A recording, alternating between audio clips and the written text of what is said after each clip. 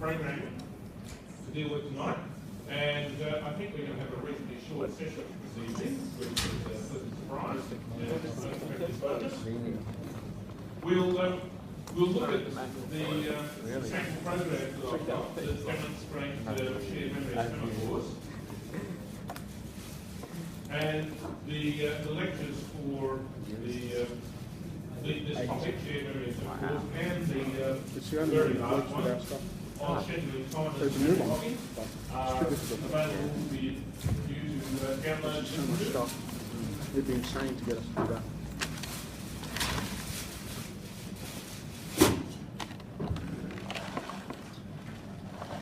I originally had here too a practical map session set up, but that's a bit of an anachronism.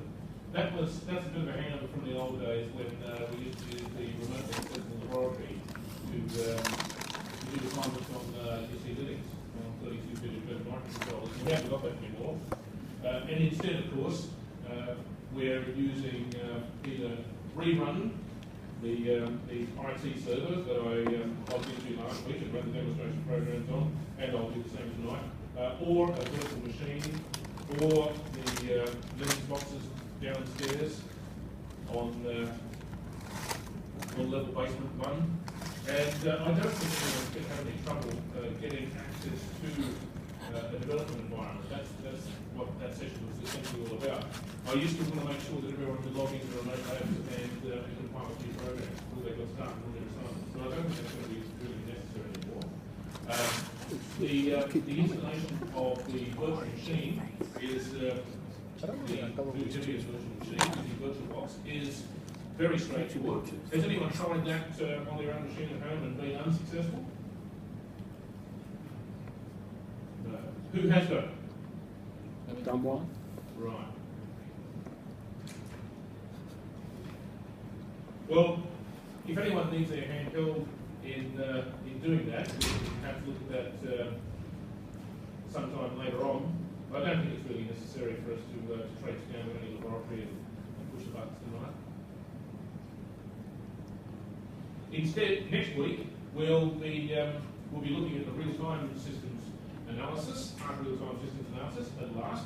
Finally get around to that. I will make sure that annotated or versions of chapter 19, PowerPoint slides for chapter 19, and another set of PowerPoint slides I put together for a different research group a while back. I'll make sure that those have got the voiceovers attached to them and uploaded before the lecture. And then in the lecture next week, we'll watch this video here, which I can't put on UTS online because we'd be infringing copyright doing that. That one takes 1 hour and 19 minutes. So I'll put the stuff up that's listed here, chapter 19, and an introduction rate on time analysis. I'll put that up beforehand, and you can look at that before next week's class, and then during the class we'll look at that. We'll watch that video, and then after that we'll have some tutorial problems we can have a look at. I haven't put those up on UTS online yet, but I will. The difference between those and the tutorial problems that we looked at before the mid-semester break is that these ones we own. They're reasonably straightforward, and because we own them, we can put the solutions up on UTS online for those as well, which most people in the past have found useful. We couldn't do that with the tutorial problems in the textbook. You don't own them. Again, another copyright problem. All right, so this evening we'll have a look at shared memory and semaphores. We've got a couple of example programs to demonstrate those. I haven't got sample programs to demonstrate scheduling, timing, and memory logging. I can crunch them up if you're really interested, and I can put those up there for next week. Just let me know. That's not a problem. All right, so I've logged into rerun already, and we should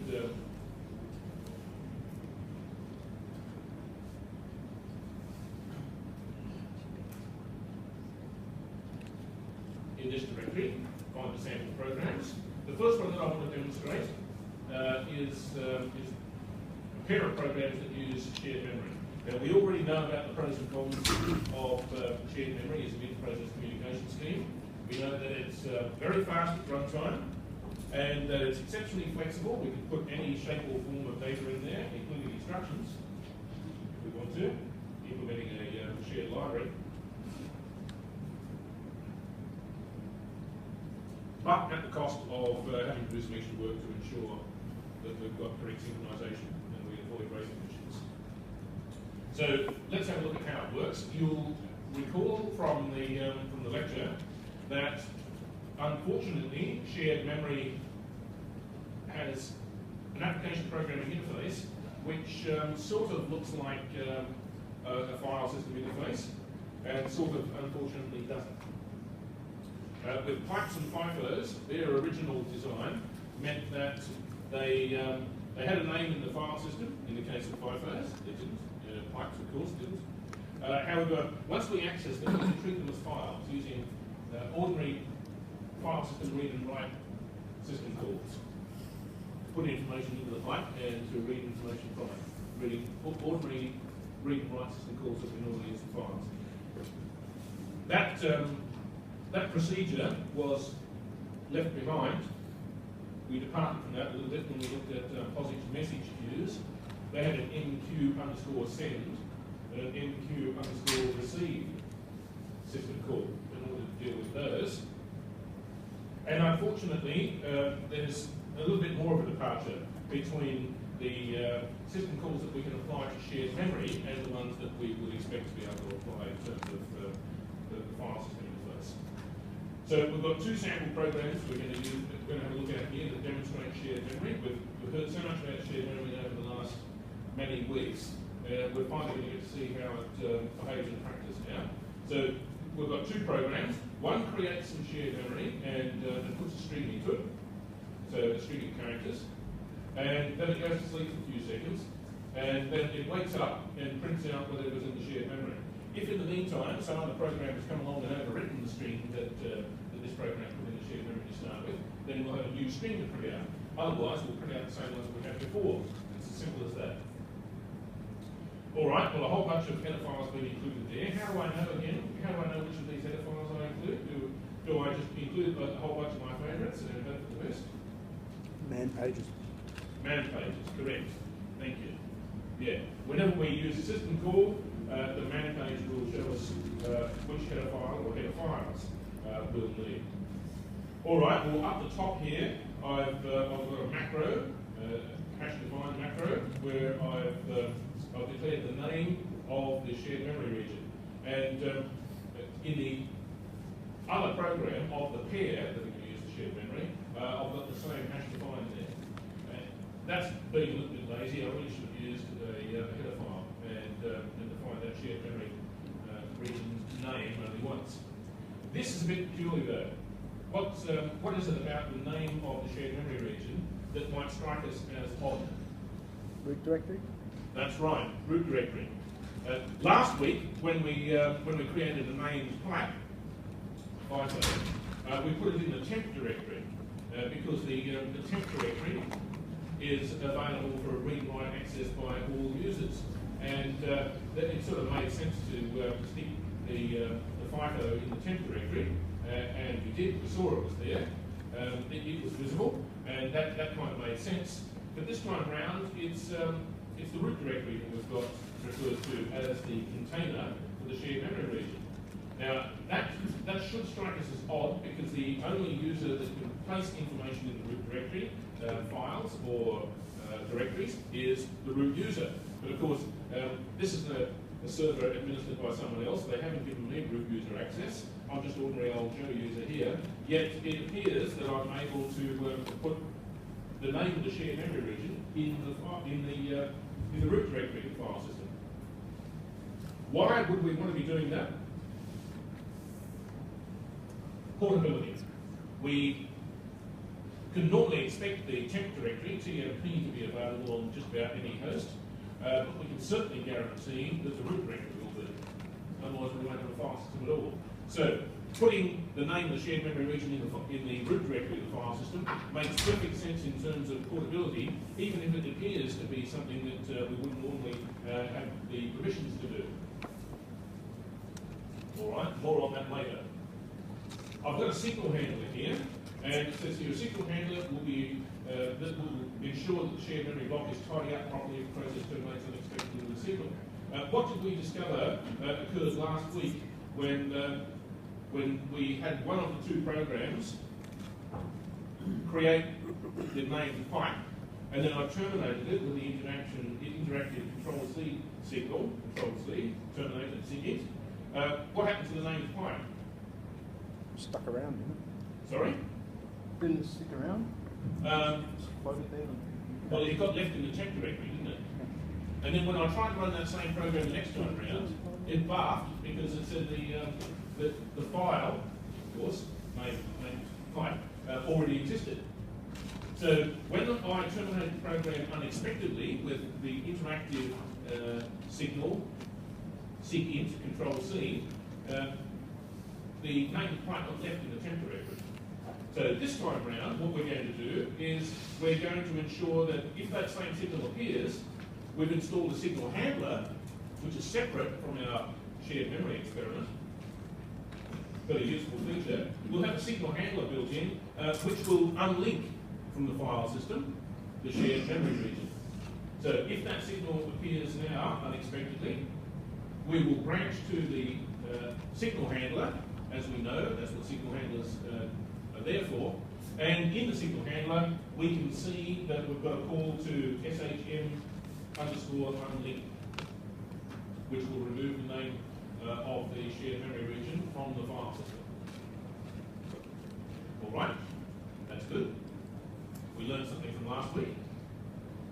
And so the first portion of the program here, I'll come back to these two variables shortly, just ignore them for the moment. The first portion of the program, which really should be in a separate user-defined function, but I was too lazy to do that. The first portion of this program is all about installing the signal handler to deal with SIG-int, and I decided while I was at it, I'll throw in a couple of other signals as well. So the bus error and the set call error.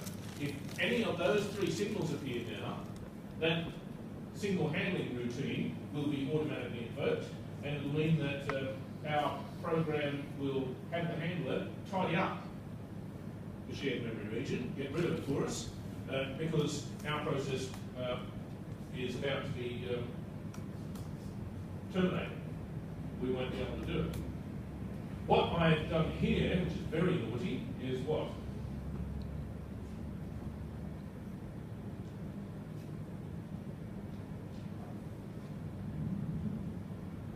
I've made 3 calls to SIG action without testing the return value. Very naughty. On each occasion we make a system call. In fact, I've made a call to SIG empty set too without checking the return value from that. On any occasion, we make a call to the operating system to ask it to do something for us. We need to check the return value. And I was too lazy to do that this time. In fact, I wasn't lazy. I made a conscious choice not to do it because this program I didn't really want to be cluttered up with extra complexity involved in things which were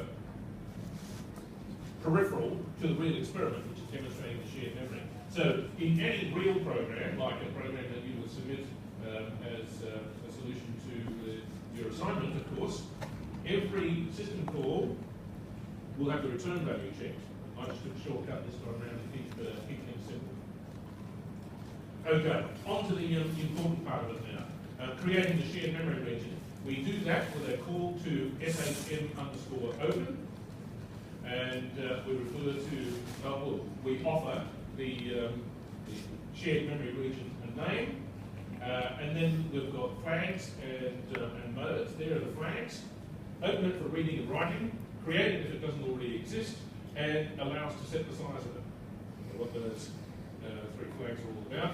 And the modes are allow any other process that's owned by the same user, that's yours truly, to do reading, writing, and executing operations. So I've given myself a free hand there to do whatever I want with the shared memory region.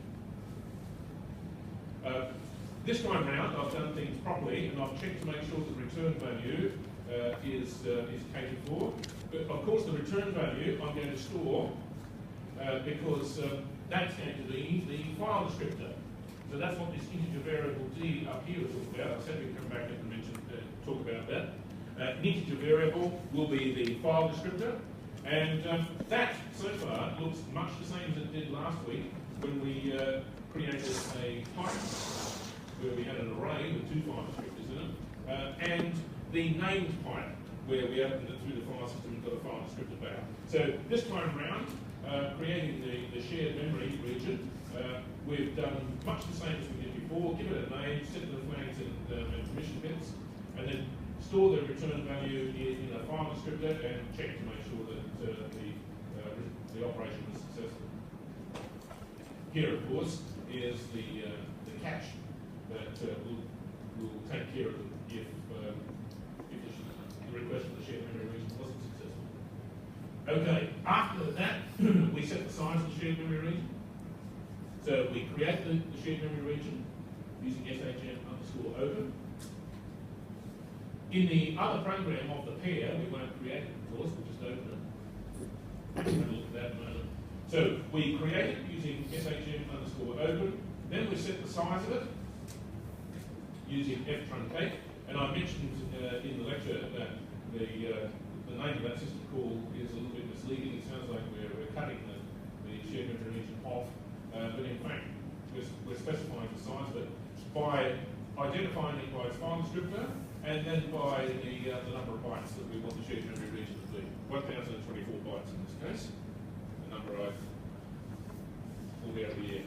Well, after we've set the size of it, the next thing to do, and this is the part which is particular to shared memory, of course, is mapping it into the address space of the process which is executing this program.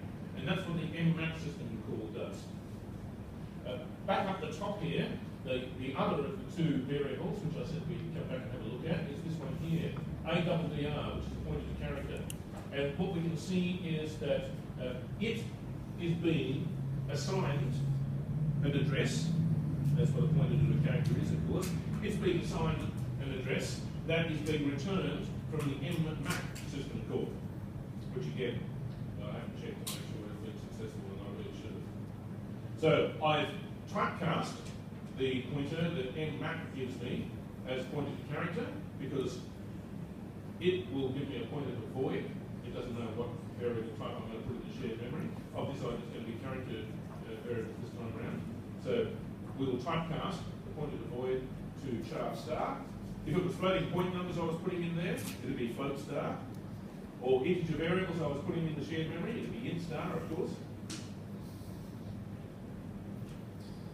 I'm allowing the operating system to decide whereabouts in memory the shared memory should actually physically reside. And I described in the lecture what's problematic about trying to give it an absolute address, and where on the rarest of occasions you would actually give it an absolute address and insist on it. There's the size that corresponds to the size that we asked ftruncate to set for us. And I'm saying that I want to be able to do reading and writing operations, even though in this case, oh yes, I'm doing both, yeah, reading and writing. So there's a bitwise OR operator in here. That's what the defense is, the bitwise OR operator. So that allows us to logically combine the read protection and the write protection, both of them. I'm indicating that I want it shared. That's what shared memory is all about, and most of the time we will be doing that, although again, the latest I mentioned that we've got extra control over that. There's the file descriptor, again, that we got from shm_open. And this last variable here, who can remember what that's about? That last parameter. Offset. If we've been through the lectures, it's explained in there. That's an offset from the beginning of the shared memory region. So that allows us to set a logical beginning to our region of shared memory if we actually want our logical beginning to be at some other point in the shared memory region that's not at the physical beginning. So we might have a large region of shared memory, and we might put image data in there, and we might have a couple of dozen different processes all operating on that image data simultaneously. And we would want to section up the image data into separate blocks, so all those processes wouldn't interfere with one another. They could do their concurrent operations. In that case, we would give them all different offsets. One of them would get offset 0, and then another one would get an offset that corresponds to the size of the block that we want all the processes to operate on. And the next one will be 2 times that, and so on. So that's the offset, and in this Mickey Mouse example, the offset's 0. So the logical beginning of the shared memory is going to be coincident with the actual physical beginning. So if we've done all that, we've created the shared memory, we've set the size of it, and we've mapped it into our process address space, then we've got access to the shared memory region. And the way in which we're going to write to it now is using sprintf. I mentioned before, we're not going to use file system read and write operations, and in this case we've used sprintf. What does sprintf do?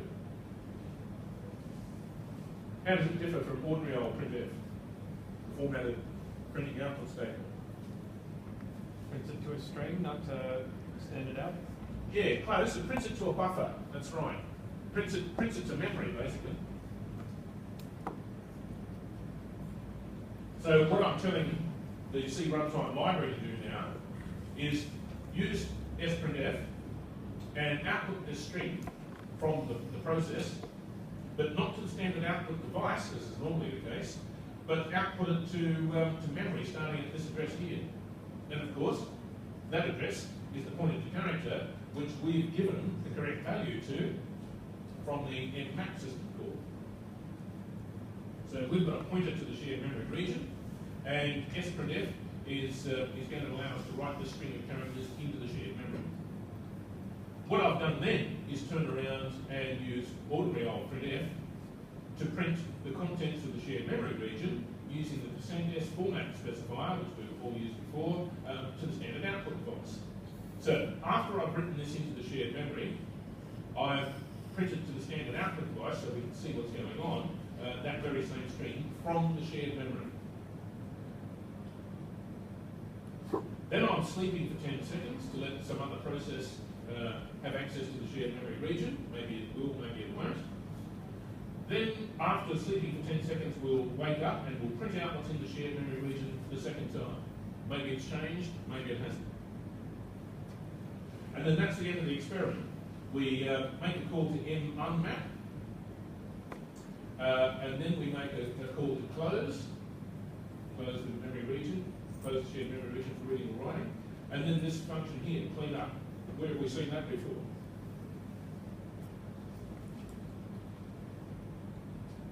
There it is there. It's our SQL handler function. What am I doing?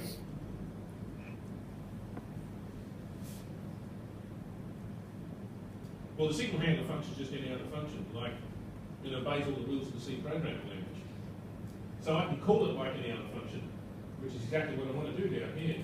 If we've made it this far in the program, then I want to call that function, just as if it was any other user-defined function, to do the SHM unlink operation for us.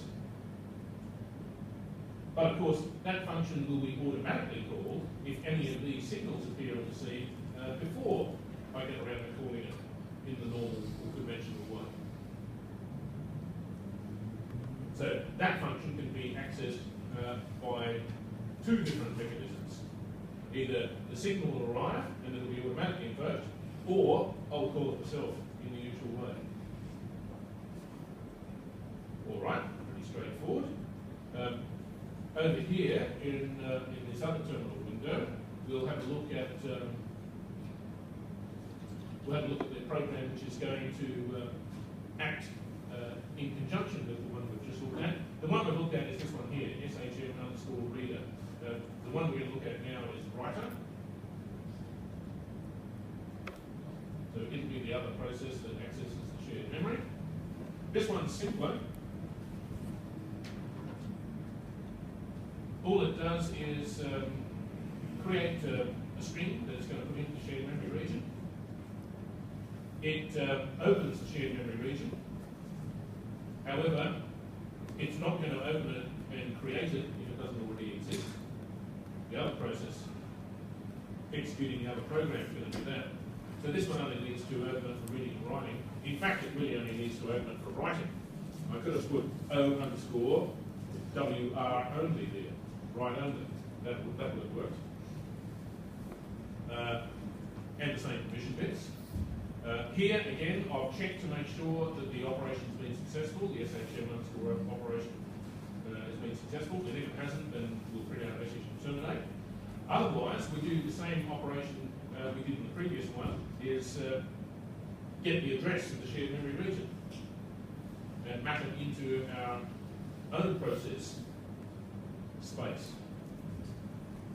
So there's no difference there. Here, I've checked the return value just to make sure it was successful. Over there, I didn't do that. Should have.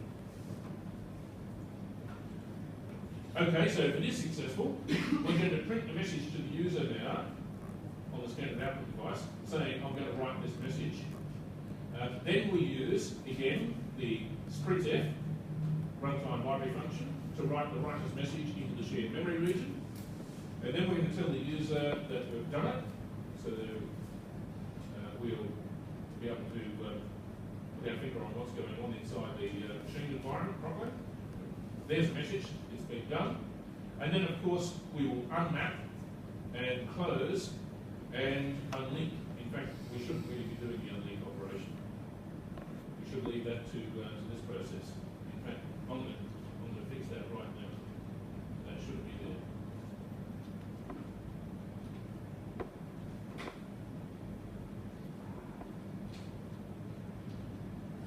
Right. Now, I've already compiled these. Since I've just modified that, I'll have to recompile it. Let me do that. Same as before. Compile with all warnings. It's the writer program that I'm going to write, that I'm going to compile rather. Something's gone wrong. What's the problem?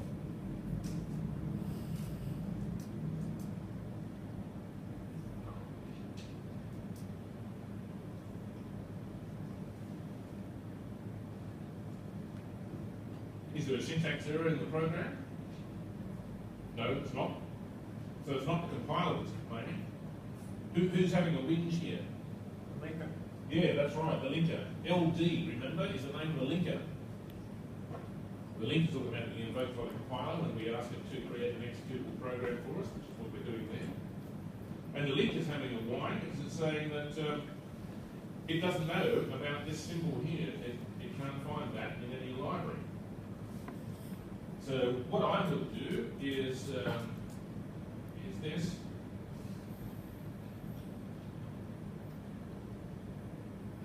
We say, oh yes, that's right.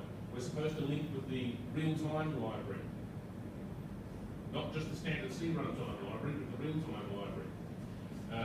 That also goes by the name of POSIX forward. So if we ask the compiler to compile, we need to remember to link. That's what the -L means, link with a library, -L, and we can either put POSIX4 here, or we can put what we saw in the man page, RT for real time. Either of the two doesn't make any difference. In fact, POSIX4 is just like a Windows shortcut, symbolic link to RT. All right, so now we expect a good result, then yes, we do get it. Okay, what happens if I try and run this one on its own, the writer? Shared. Yeah, that's right. Shared memory hasn't been created by the other program. All right, that makes sense. So let's create and run the other program. I'll compile it again. Reader.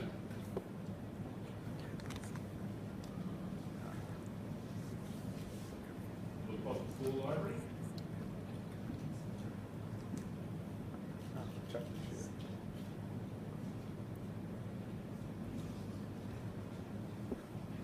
That's better. And now we can run SHM_reader. So it's successfully created a shared memory region. It's sleeping for 10 seconds, where I'm supposed to be running the other program, of course. And then it's going to wake up after 10 seconds and print out what it's found in the shared memory region, which of course hasn't changed.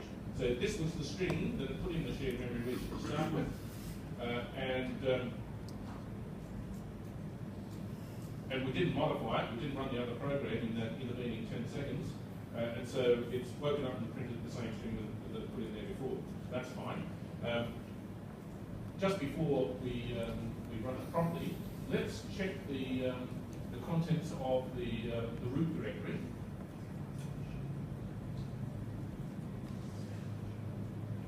What do we call the shared memory region again?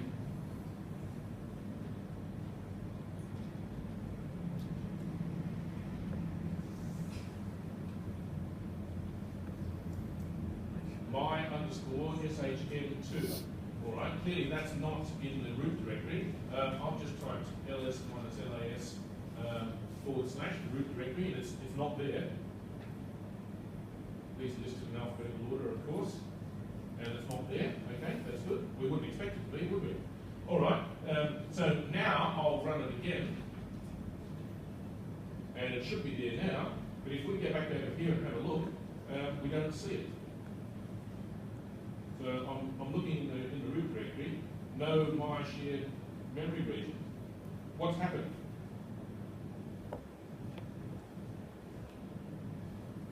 It's something a bit sus, isn't it? And it's got to do with the fact that we've identified the root directory as the container for the shared memory region, where we expected a few minutes ago that there was something unusual in that because we haven't got permissions to do that. So what's really happening in the source code here is we're referring to the root directory as a container for our shared memory region, but the operating system is only pretending to put it in there. It's actually not making it visible in the file system. We can't look through the file system and see it there, as we were able to see the name pipe in the temp directory last week. So it's only pretending to put it there. Why would it do that? Well, that's an extra security feature, isn't it? If no other user can actually physically see it there, even though it is there, then it's not likely they're going to try and run a program to get access to it.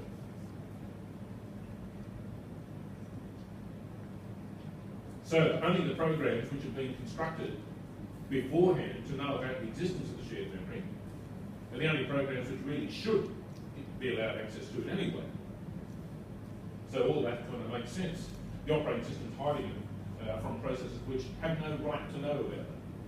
Information on the leaves no basis. All right, so let's run SHM reader, and then over here we'll run SHM writer. So the writer is now reporting that it's done it. We can go back over here to the reader window, and yes, sure enough, this time round it's printed out a string which is different from the default string that it placed in there beforehand. And it's the string that we know the SHM writer has told us that it's going to place in there. So it's done. What we haven't got there, though, of course, is any synchronization, which we know we would have to have. I was intent on demonstrating just the shared memory and how the creation of it and the access to it works, not the synchronization. And so I took a very lazy approach to dealing with the synchronization problem by simply making the reading process go to sleep for 10 seconds. That's all about there. But of course, every now and again, I'm going to run the writer process just at the wrong time, and we'll demonstrate the race condition occurring, won't we? It might take a while for that to happen. Statistically, it'd be quite a rare occurrence, but we know that it's a possibility because there is no synchronization included within those two examples. Again, left as an exercise for the reader. All right. Let's have a look at how semaphores work then. We know what the semaphore mechanism is all about. Then and we know about the primitives that can be applied to it. Let's have a look at real semaphores in a real operating system. There are two types of semaphores. There are named semaphores and unnamed semaphores, ones that we refer to just by a memory address instead. And this example uses the named semaphore. So there we are, just as it was before, pretending to be an object in the root directory, but really not. But convenient, nevertheless, for other processes which are supposed to get access to that semaphore. So this example we use a named semaphore. And we've gone ahead and followed a pretty much anticipated approach. We've created the semaphore with sem_open, specified the name, and that we want to create it if it doesn't exist for exclusive access with the reading and writing and execution permission bits for other processes owned by the same user. And there, of course, is the semaphore's initial value, 0. We've checked to make sure that that operation is successful. If it is, we'll print a message to the user, semaphore with the name sem name has been created, and then we tell the user or observer that we're attempting to do a sem_wait operation. And there we are, sem_wait. And again, we check to make sure that that operation's been successful. Maybe some other process has come along and deleted the semaphore, or destroyed it, in between us creating it here and trying to do the wait operation on it there. It's unlikely, but we shouldn't leave anything to chance when we're programming defensively. So we do the sem_wait operation there and check the return value. And of course, with the initial value of the semaphore being 0 and us doing a sem_wait operation on it means what?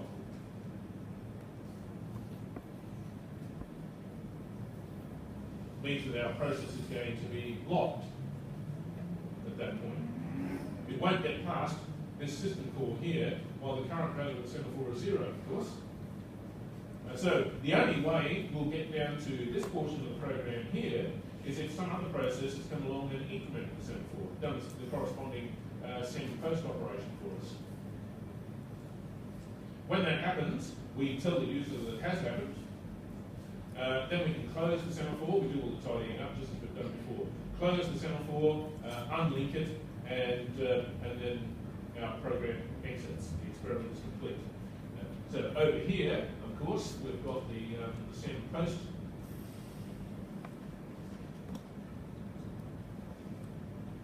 Program that's going to execute send-post. Refers to the semaphore by name, of course, same name. Opens the semaphore. And if that's successful, we'll indicate to the user we're about to do the send-post operation. Then we do it. Again, checking the return value. Then there's nothing else for this process to do. So the program should terminate. We'll close it, and we're done. All right. I've already compiled it, so we might as well just stop mucking around and run it. When I run poster on its own, of course, it'll whinge because the semaphore hasn't been created yet. That's correct. This other program over here was going to be doing the creation. So let's do that. So the semaphore with the name sem_name has been created, and it's attempting to do the sem_wait operation. In fact, it's doing the sem_wait operation, but it can't proceed because the value of the semaphore, as we know, is 0. So over here, we'll run the other one, and as soon as I hit return, of course, what's going to happen in the first window, the left window?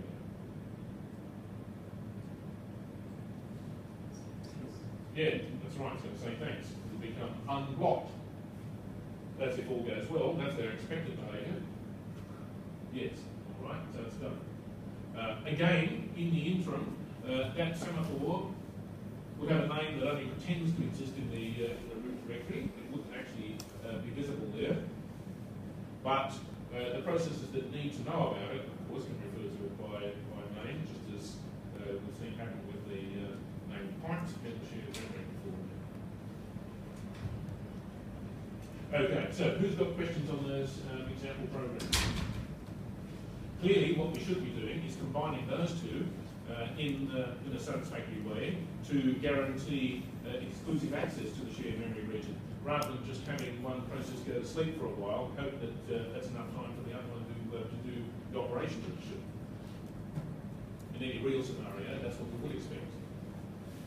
And I mentioned in lectures that there are two types of semaphores. There are the named semaphores that I've demonstrated here, and the unnamed ones that we refer to by a memory address, which are useful in the context of shared memory because we can embed the semaphore in the shared memory region and have not only the shared memory region, which is going to contain the data that we want to share amongst the processes, but the control mechanism as well, all encapsulated in the same place, which makes sense. Okay, that takes care of that. I was going to demonstrate the make example last week, but didn't get around to it, so we should have a quick look at that. This is an example taken out of lectures that we looked at last week in the developing programs, where I described how the make utility works. And here we've got 4 small C source files, and one is called by.c, the other one is called hi.c, and the last one is called main.c, and we've got a header file too, main.h. All right. What's going to happen if we combine, if we compile all of these and try and make one executable program? I'll give you a hint. The compiler won't have any problem, but the linker will. Why is that? 4 separate disk files, compile them all, and then try and glue them all together to make one executable, and the linker will win. Why? Hi and bye have print message. That's right. We've got a user-defined function which has been defined twice. So the same function name has got 2 different definitions. And the linker is definitely going to link. So what's happening here instead is we really want to create 2 executable programs.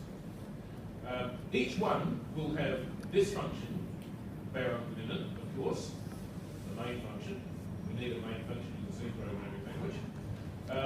But one executable will have that print message bound into it, and the other executable will have that print message function bound into it. So 2 different executables. They share the main function, or they get their own copy of the main function. They don't really share one, they get their own copy of it. And they have their own separate copies of these 2 functions.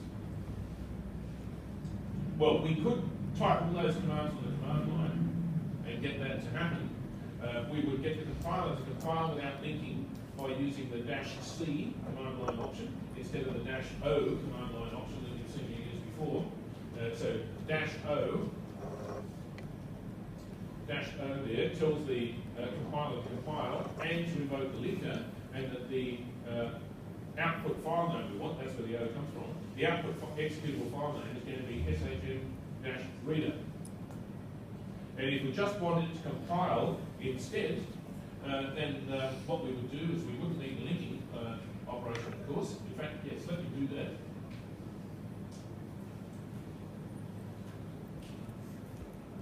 I might do that over here in this window.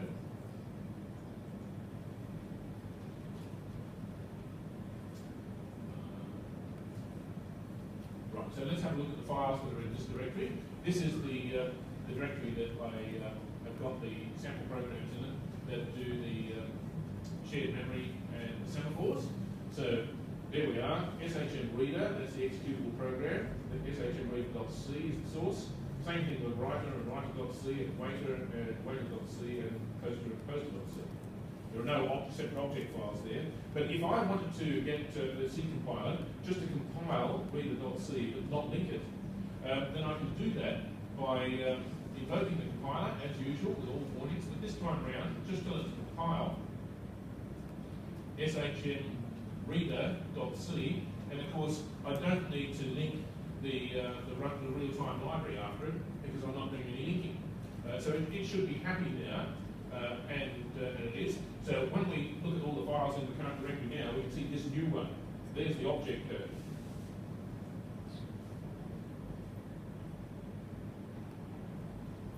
Ordinarily, of course, the linker will take that and do what with it?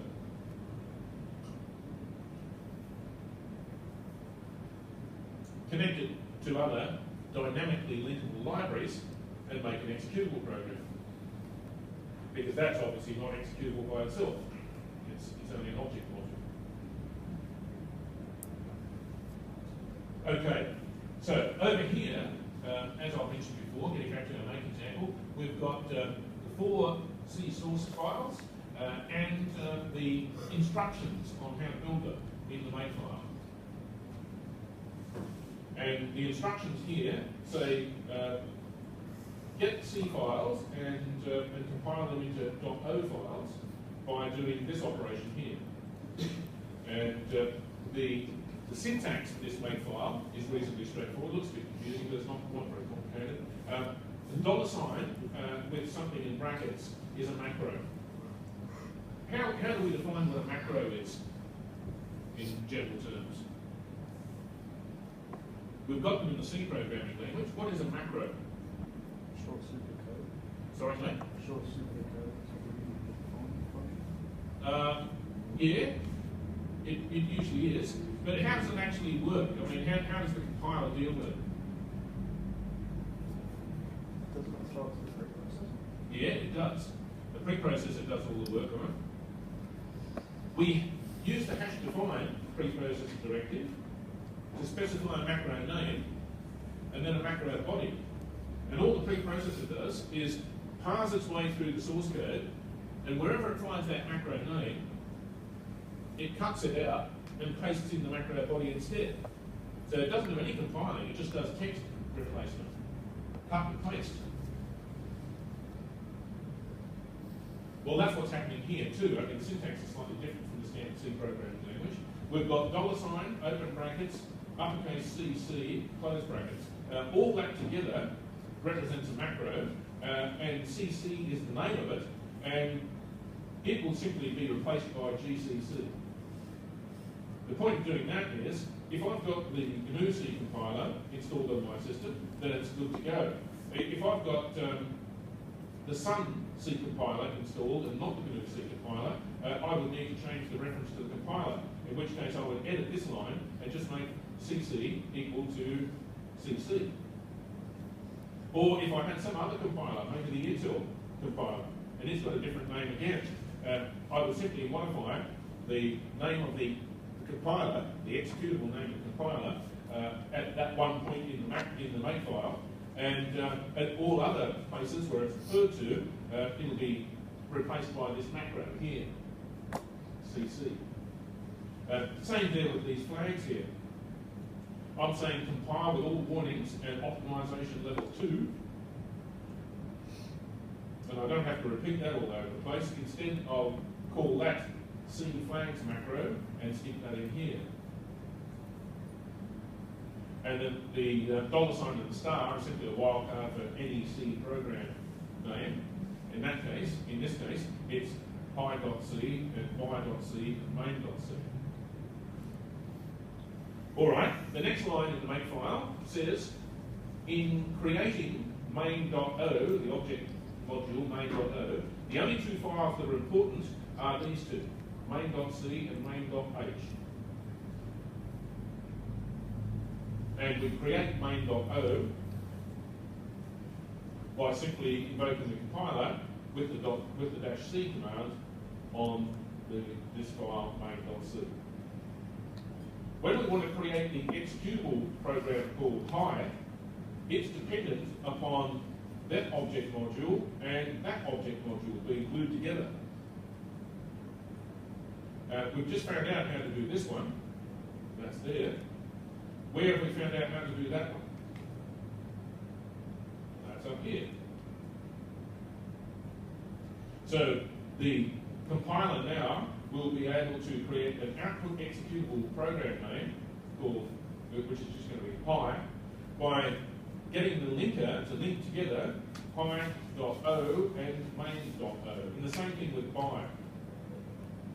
So the bi executable will be combined will be a combination of by.o and main.o, and that's how we make it there. So over on the left-hand side here, we've got what are called targets. The make utility has got a target. It needs to make this. That's one of its objectives. It also needs to make that. But in making those two for us, it needs to make these as well as precursor steps. When we want to tell the make file to just make all the executable programs, then we give it the all target, and of course it knows then that we want to create the high executable and the by executable with the recipe for that all up here, of course. Lastly, down the bottom here, we can tell it to tidy up, get rid of the executable programs, the object modules, and any core files that might have resulted from me writing a program that terminated abnormally, creating a core code. So, in using this, it's very simple. There are the files that we've got in the current directory. If I type make all now, it's following the recipe that's specified in the make file, and sure enough, we've got the object modules that we expected to see created for us, and the executable programs that we expected.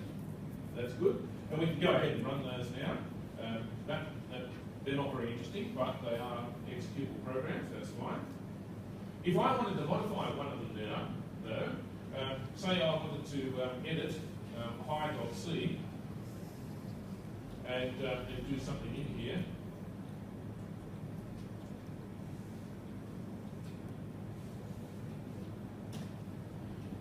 Now I've modified one of the source files. How do I go about rebuilding that executable program again? Well, fortunately, the make file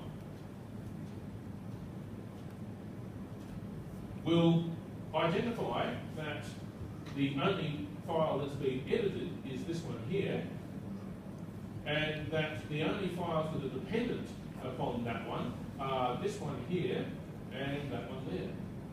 It didn't have to compile main.c again because I didn't modify it. It was smart enough to take note of that. So it didn't recompile anything other than the modules that it had to recompile, and then it just went ahead and did the linking operation. So we should have a new high executable now, yes, obviously with a date and time on it, which is different to the other executable modules that we've made before, yes. Okay, tidying up.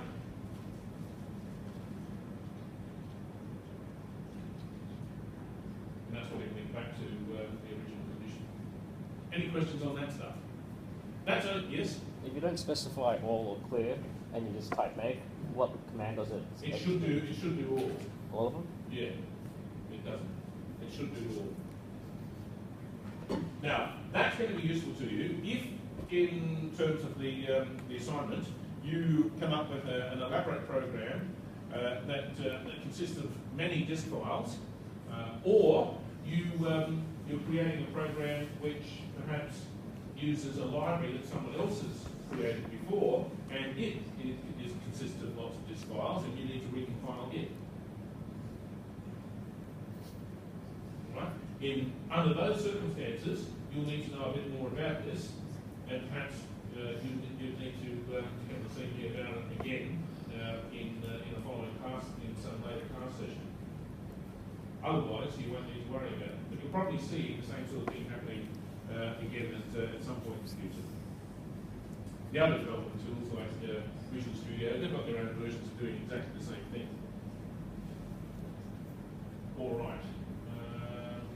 Lastly, I wanted to show you some source code that does genuine preemptive multitasking in just a couple of lines.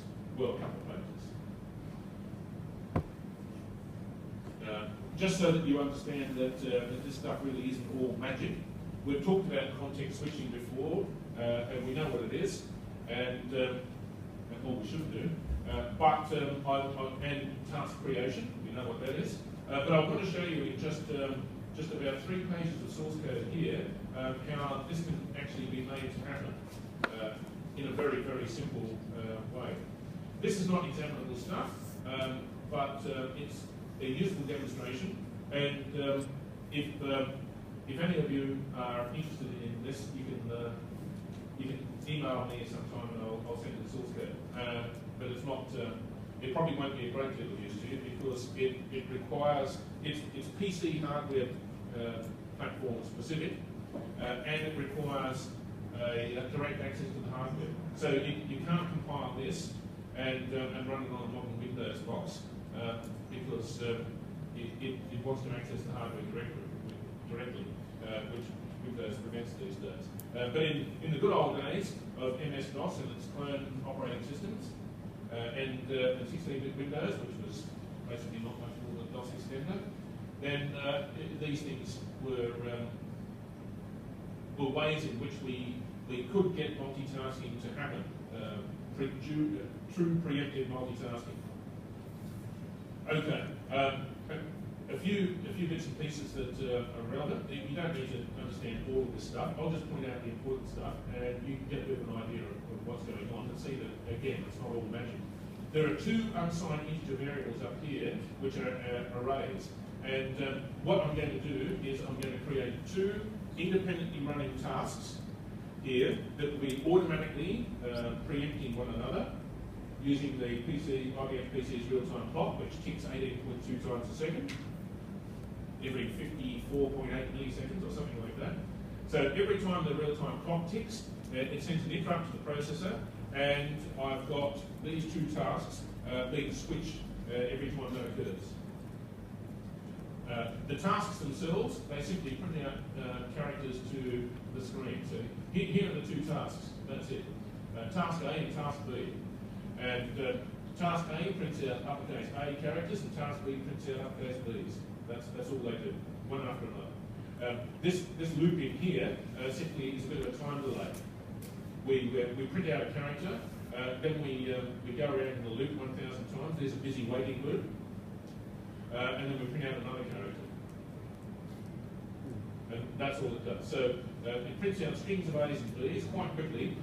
This time delay here was necessary, but only because of constraints that are applied on the hardware. Strictly speaking, it doesn't have any functional significance. And this put character, runtime I recall here, just outputs the character to the screen. So that's it. There's no inter-process communication. They don't know about one another. They're not calling one another. They're simply being automatically preempted and the other one running. So that's the 2 tasks. And these arrays here are going to be the stacks that the 2 tasks will have, because we know that tasks need to have their own stacks. There are a few more global variables, some stack pointers, which we need. We don't worry about those too much. Here's the function prototype to actually create the task. Who can tell me in plain English, who can translate for us into plain English, the type of the first variable there? What's the type of the first variable? The second variable is, of course, pointing to an unsigned int, and so is the type of the third variable. What's the type of the first one?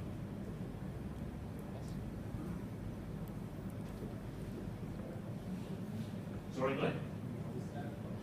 It is. It's a pointer to a function where that function takes no arguments and returns none. All right. Now, why would that be necessary? Because if we want to create a task, we've got to point the operating system to a location in memory where it knows we can find some instructions. All right. So we physically, it doesn't matter what operating system we're talking about, we physically can't create a process at all, ever, unless we tell the operating system where it can find instructions for that process to begin executing. That's mandatory, that's axiomatic. And that's what the create task function here is doing. It's taking a pointer to a function, which is the address of the first instruction in the function, and it's taking a couple of other variables too. That's a little bit messy. That's basically the location of the stack that that task is going to own. There's a couple of other system-dependent functions here, system library-dependent ones.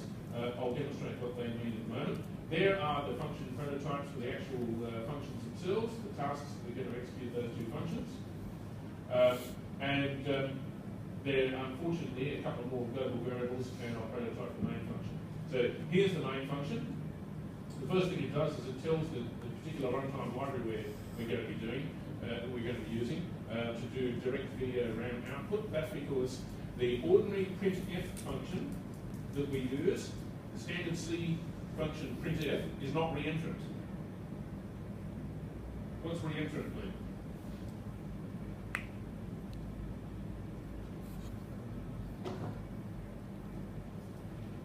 Means it can't be shared by two or more processes or tasks because there are race conditions in it.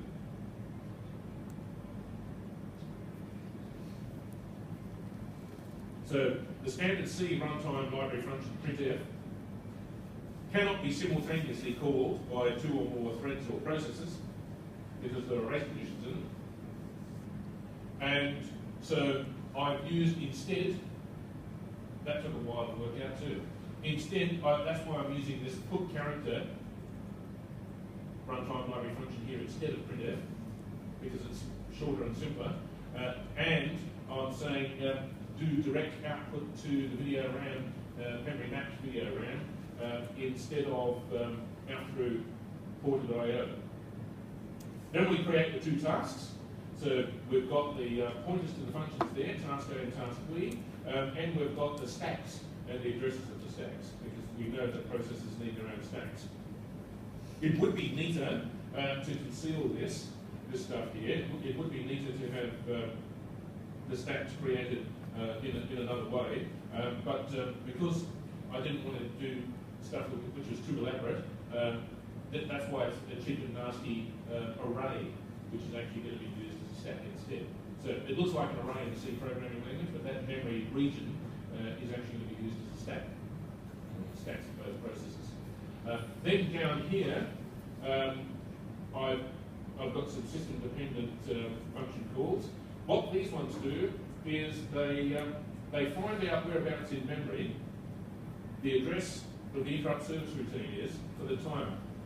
Remember I mentioned the timer, it ticks 18.2 times a second, and of course inside the standard IBM compatible PC, what that does is updates the internal time of day clock and then returns to the interrupted program. That's what it normally does. But what these instructions here do is they redirect that interrupt vector. Instead of going to the standard IBM PC's interrupt service routine, these functions here tell the PC to go to this function here instead, which is not the standard interrupt service routine. So now, every time the real-time clock in the IBM PC ticks, we go to this function here, and of course all it does is switch from one task to another. It's saying if the current task is task A, then switch stacks to task B to make the current task B. Or if the current task is B, switch stacks to task A and make the current task A, and that's it. This stuff down here is unfortunately system specific too. It tells the programmable interrupt controller in the PC not to stop generating interrupts. The first time an interrupt comes through, it fails to do any more interrupts after that, just by default. And we don't want that. We want the interrupts to keep coming through all the time, so the task switching keeps happening all the time. So this just tells the programmable interrupt controller to keep working, basically. And so every 54.8 milliseconds, we enter this function, and this function is now an interrupt service routine, and we simply find out which task is currently running and switch stacks to the other one. That's it. Here is the function that actually creates the task. That looks a bit odd. Who can tell us what's really happening here?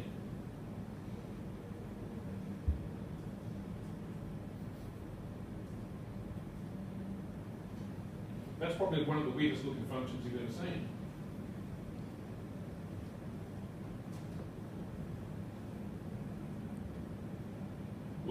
what happens when an interrupt occurs and we go through a context switching operation? Who can remember what occurs? Everyone got this right in the mid-semester exam, if I remember rightly, so we should all know. We capture the contents of all the registers and we push them on the processor stack. That's what happens. Then we go to another stack and we get all the registers off that stack and put them back in the PC, in the microprocessor rather, and that's it, context switching done.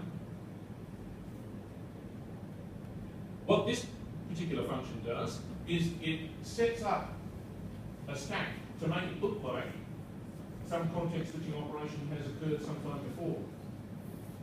That's all it does. That's all the create task function has to do.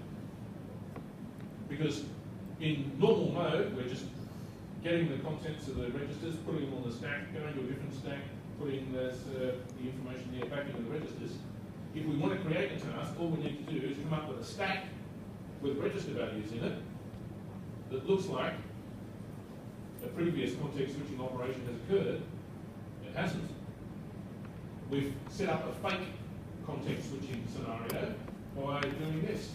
I've got the stack, which is basically an array, and I've plugged into the first 1, 2, 3, 4, 5, 6, 7, 8, 9, 10, 11, 12, 13 words of the stack. That's 26 bytes.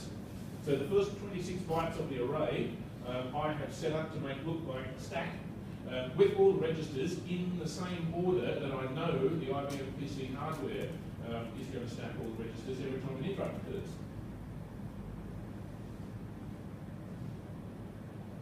And this is where I'm saying it can find the actual address of the last instruction that executed. And all these other things here are simply standard IBM PC 8086 and 8088 registers, real mode registers. So we get an array, we plug numbers into it to make it look like a stack that has been used sometime previously in a previous context switching operation, and then we throw that into the mix, and the system will use it as if it was a stack that was created and used sometime before. And that's all there is to it. Each time the IBM PC's clock ticks, we come here and we switch stacks, with the stacks being simply these arrays. So it's not magic. In fact, there's several shortcuts and oversimplifications in this particular code, and it's also compiler specific. You have to use the Borland Turbo C compiler to compile this, and it's runtime libraries. That's one deficiency. Secondly, it's tied to the IBM PC architecture, of course. So if you want to put this on a PIC microcontroller, you have to make all sorts of modifications to it. But you could do that. And secondly, it's terribly tricky to debug and get running. Lastly, it does run task A first. Ordinarily, as programmers, we don't make any assumptions when we've got two tasks starting up at the same time. We don't make any assumptions about which one runs first, because if we do, we'll end up with race conditions. We saw that from example programs last week. But this time round, we have to run one program first, and one of the two tasks first, but this time round it's task A. So that's what this little flag means. If it's the first time we're executing an interrupt service routine corresponding to a real-time clock tick, then we run A. Otherwise, it's switching between A and B. And that's it. So that's the beginning of a fully preemptive multitasking operating system in just a few pages of code. Very messy code and very specific, but again, it shows that it's not magic. All right, so going back to our schedule, I think that essentially means we're done. We've done this, and we don't need to do that. And next week we do this. And also, I'll put up the tutorial problems during the week too, for the Unix and POSIX stuff, and for the hardline real-time system scheduling stuff. All right, any questions? Who's got questions they want to ask me about the assignment? I've received one or two administrative questions, that's fine. Yeah? Yeah, with the Xenu one. Yeah. We're looking at testing the programs and running the units. A lot of them have something called Xmain. I don't know. Is that its own little thing? It is. That's its own startup curve. Right. So You figure just out how to do that. Oh, yeah. X or you just have in your library, right, in your commercial library, you just have a macro that redefines Xmain to be main. Okay, that is? Yeah. Okay. Yeah. Yeah. Yeah. So the idea there is to take those sample PCs new programs, not have to modify them at all, Yeah. but just recompile them with GCC, link them to a library that you write that does their system conversions, and they should run. So we don't add a header, we don't need to like. Sorry, mate? We don't like add a header, like include. No, you could if you want, but strictly speaking, those sample PCs new programs shouldn't need modifying at all. Right. Yeah. All right. You modify anything else, but in order to provide complete backward compatibility, which is what that exercise is all about, yeah, they shouldn't need to be hacked at all. Make sense? Yeah. So there's 41 programs already. Yeah. If you can do, if you can get 2 or 3 of them and demonstrate to me running, I'm going to be pretty happy with that. Right. So getting them all. Especially the windowing ones, right? Have you run the executables that do the windowing? No, don't worry about those. Yeah, all right. Yeah, if you can run some sample PCs programs that create tasks and create semaphores and use it properly, then that would probably be enough. It does have its own version of message passing, but I think by the time you've done task creation and semaphore conversion, you can do all the others if you have more time, and I just don't think there's much educational value in doing that. That makes sense? Yeah. All right. I suppose to submit this code or is it demonstrated to you? Whatever you think makes the most sense, yeah. If you're doing, say, the task scheduling simulator one, you can just bundle all that up, because that's probably going to be Windows based or something like that. It doesn't have to be. You can just bundle all that up or show it to me running on your machine or wherever you like. Yeah, go to. All right. Okay. Well, next week we'll finally get on to real-time systems.